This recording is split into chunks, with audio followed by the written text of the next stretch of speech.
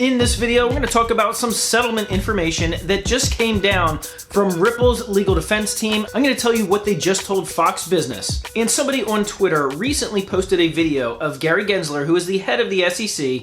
Yet again, the XRP army digs up more videos of people now in the SEC or former SEC chairs making claims on videos that basically contradict themselves. So there was one that was posted and Brad Garlinghouse responded to it. I'm going to tell you what that video said and what Brad Garlinghouse said, because he basically gave a jab to Gary Gensler and also some love to the XRP army. I also have some news about Bitcoin and how much is now left on exchanges and what that does to solidify the idea that these price movements is going to continue with this bull run for the foreseeable future, at least to the rest of this year. I'm going to get into that on this video. Hey everyone, my name is Randy and welcome back to the Late Night Grind. And right now on this channel, we are of course covering the Ripple versus SEC case, as well as other cryptocurrency news and investment markets and personal finance. So if any of those topics interest you, make sure you hit the subscribe button, hit that bell notification icon so that YouTube will send you a notification when I release a new video. And I believe the people in the crypto space are some of the most generous people on the planet. So if you're feeling generous today, I'd really appreciate it if you do two things. Number one, smash the thumbs up button. And number two, watch this video all the way to the end. Those are the two best things that you can do to support a YouTube channel. All right, guys, so with that, let's get into it. So really quick, I wanted to mention the news about Bitcoin that I just saw this morning, and that is the amount of Bitcoin that is for sale on exchanges. Now, I've been reporting on this for the last, especially a couple of weeks, that the amount of Bitcoin for sale is getting less and less. There are now more and more articles coming out talking about the supply issues of Bitcoin.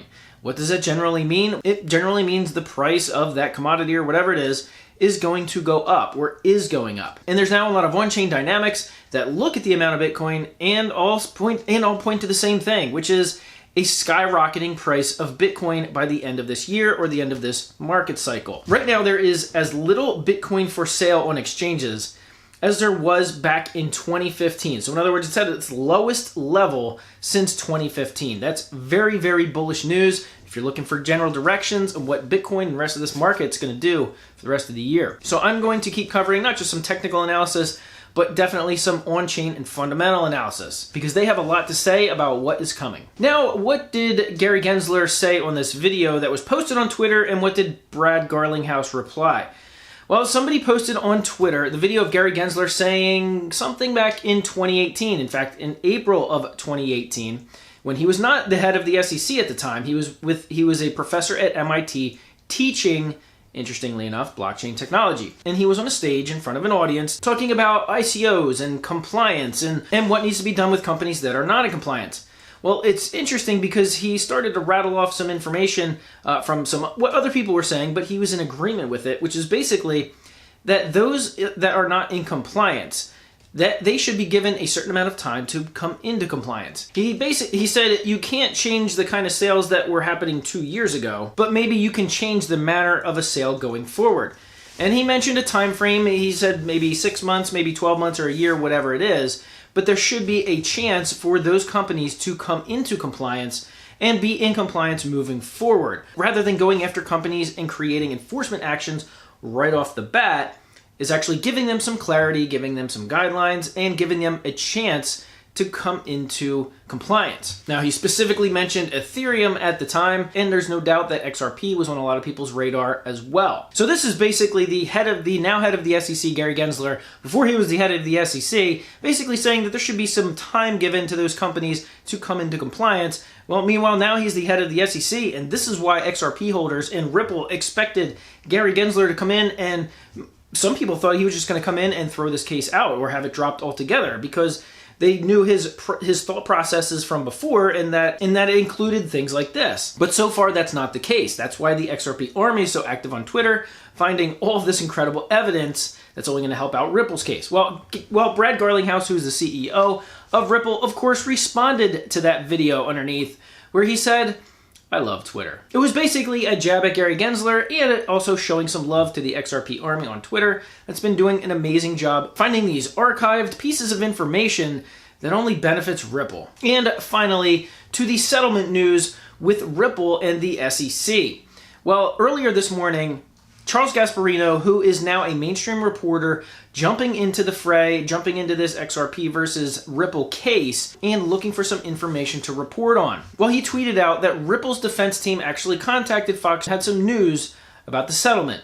Here's what it said. He tweeted out, "Breaking, Ripple's legal defense tells Fox Business they have no plans to settle with the SEC over the lawsuit of XRP, confident that they can show Gary Gensler in pursuing the case of picking winners and losers, i.e. Ethereum, given that safe harbor pass, in the crypto business to the detriment of innovation, story developing." So there you have it. Right from Ripple's defense team, they have no interest in settling with the SEC. They are going for an all-out victory. They want clarity. They want to show that they were right. They want to show that the SEC was wrong. And at the same time, they want to protect innovation and the rest of the crypto market at the same time. This is why a lot of those in the crypto space should not be bashing Ripple, because what they're going through on the legal defense side should concern everybody in the crypto space. This is why if you are big into DeFi or the platforms that host DeFi, you should be especially concerned, since Gary Gensler's made it a point that he's going to go after some of these DeFi companies because he believes that they are not in compliance. Well, if you believe Gary Gensler from 2018, they should be given a certain amount of time to come into compliance before any enforcement action should be taken, which completely goes against what they're actually doing now and what they did and what they're actually doing against Ripple, among others. And it was interesting because as I saw that news come out, I checked the price of XRP and it hadn't really done much, which is interesting because right now XRP is very much coupled to Bitcoin. It goes up when Bitcoin goes up, goes down when Bitcoin goes down. But at the same time, over the last about 2 to 3 months, I've noticed whenever Bitcoin has maybe a flash crash or simply drops for a week or two, XRP does as well, but it's not dropping nearly as much as it used to. So this is one thing that I noticed, as earlier today, Bitcoin dropped over $800 very, very quick.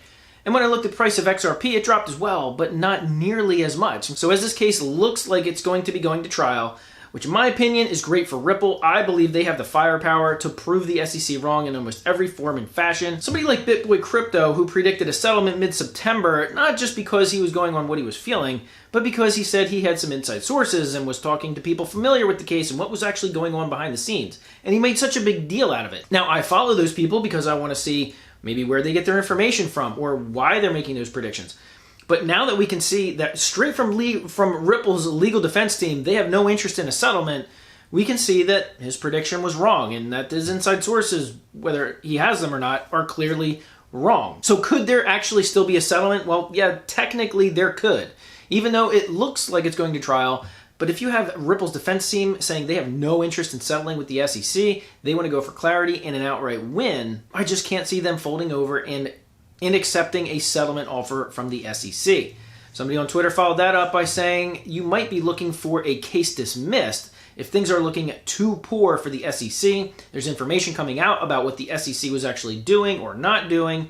You might see case dismissed rather than them actually going to trial. Now, that would be extremely, extremely rare. Now, there are cases of companies winning against the SEC, but typically goes to trial. Because if you get a case dismissed, then Ripple and the rest of the crypto market has a big upper hand on anything that the SEC wants to bring against some of these crypto companies, especially if they've started these projects 2 years ago or further back. Now, if you're starting something today, that might be a little bit of a different story. But in any case, if you want to follow along with the rest of this trial and the rest of what the crypto market is doing in response to this, you're going to want to follow along, hit the subscribe button, hit the bell notification icon, and also don't forget to comment down below your thoughts on Ripple not going after settlement. Do you think this is a smart move or not so smart move? Once again, thanks for watching all the way to the end. Don't forget to give it a big thumbs up. And as always, I'll see you guys on the next video.